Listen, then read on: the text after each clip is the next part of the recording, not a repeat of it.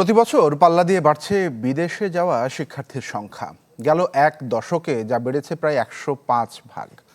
বাংলাদেশ ব্যাংকের তথ্য বলছে গত 5 বছরে দেশ থেকে উচ্চশিক্ষার জন্য পাঠানো হয়েছে প্রায় 37,000 কোটি টাকা, যা চলতি অর্থ বছরে পাবলিক বিশ্ববিদ্যালয়ের মোট বাজেটের 3 গুণ।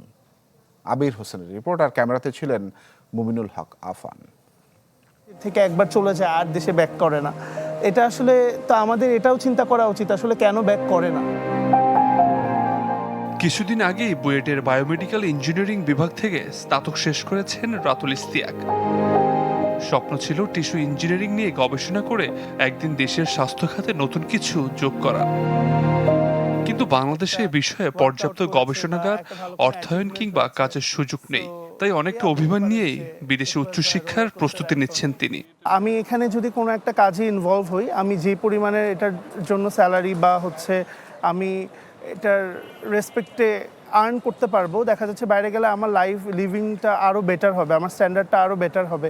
ইভেন আমি যদি টেকনোলজিক্যাল দিক থেকেও বলি, যে ইনস্ট্রুমেন্টস অ্যান্ড ফ্যাসিলিটিসগুলো অন্য বাইরের ল্যাবে আছে, সেগুলো অনেক মোর অ্যাডভান্সড দেন আওয়ার ল্যাব।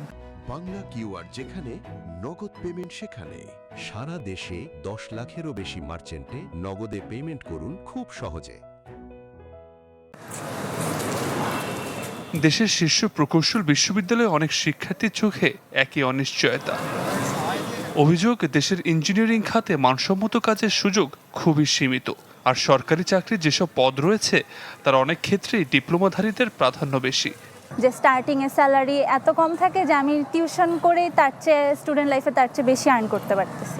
আমরা যে যতটা দিতে চাই দেশকে, দেশ সেটা নিতে পারছে না বা নিচ্ছে না। ডিপ্লোমা যারা করে আসে তারা 11তম গ্রেডে ঢুকে প্রমোশন পেয়ে আস্তে আস্তে 9ম গ্রেডে চলে যায়।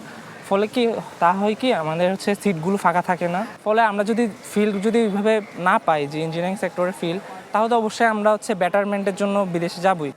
তবে বিষয়টি শুধু কিছু মেধাবী শিক্ষার্থীর দেশ ছেড়ে যাওয়ার গল্প নয়। বাংলাদেশ ব্যাংকের তথ্য বলছে গত 5 বছরে শুধু উচ্চশিক্ষার জন্যই বিদেশে পাঠানো হয়েছে প্রায় 38,000 কোটি টাকা।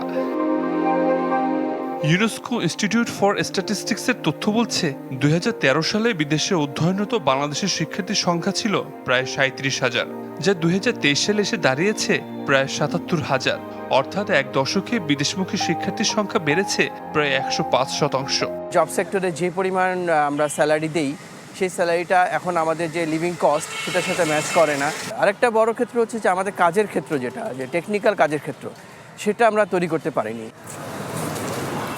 শিক্ষাবিদদের মতে দেশের গতানুগতিক চাকরির বাইরে প্রযুক্তি ও গবেষণা ভিত্তিক খাতে এখনো পর্যাপ্ত কর্মসংস্থান ও মানসম্মত গবেষণার পরিবেশ গড়ে ওঠেনি। আমাদের একাডেমিয়া এবং আমাদের ইন্ডাস্ট্রির সাথে কিন্তু কোনো যোগাযোগ বা লিঙ্ক নাই। তো সুতরাং এইটাকে আরও কীভাবে করা, যেটার জন্য ডেডিকেটেড একটা পোস্ট থাকা, ইউনিভার্সিটিকে আলাদা সেন্টার করা যেখানে তারা এই কাজটা সবসময় করবে, তাহলে আমার ধারণা হয়তো বা আনএমপ্লয়েবিলিটি যে ব্যাপারটা ঘটছে সেটা একটু কমে যাবে। ক্ষমতায় আসার পর সব সরকারি শোনায় উন্নয়নের মহাপরিকল্পনার কথা। তবে সেই পরিকল্পনায় কি সত্যি মেধাবী তরুণদের ভবিষ্যৎ গুরুত্ব পায়? একটি মানসম্মত চাকরির অভাবে দেশ থেকে চলে যাওয়াই যেন একমাত্র সমাধান হিসেবে দেখছে মেধাবী তরুণরা। শিক্ষাবিদরা বলছেন শুধুমাত্র শিক্ষা বাজেট বাড়িয়ে নয়, তৈরি করতে হবে যথেষ্ট মানসম্মত কর্মসংস্থান এবং দিতে হবে সামাজিক নিরাপত্তা। তবে হয়তো এসব মেধাবী তরুণদের দেশে রাখা যাবে। আবির হোসেন, চ্যানেল 24, ঢাকা।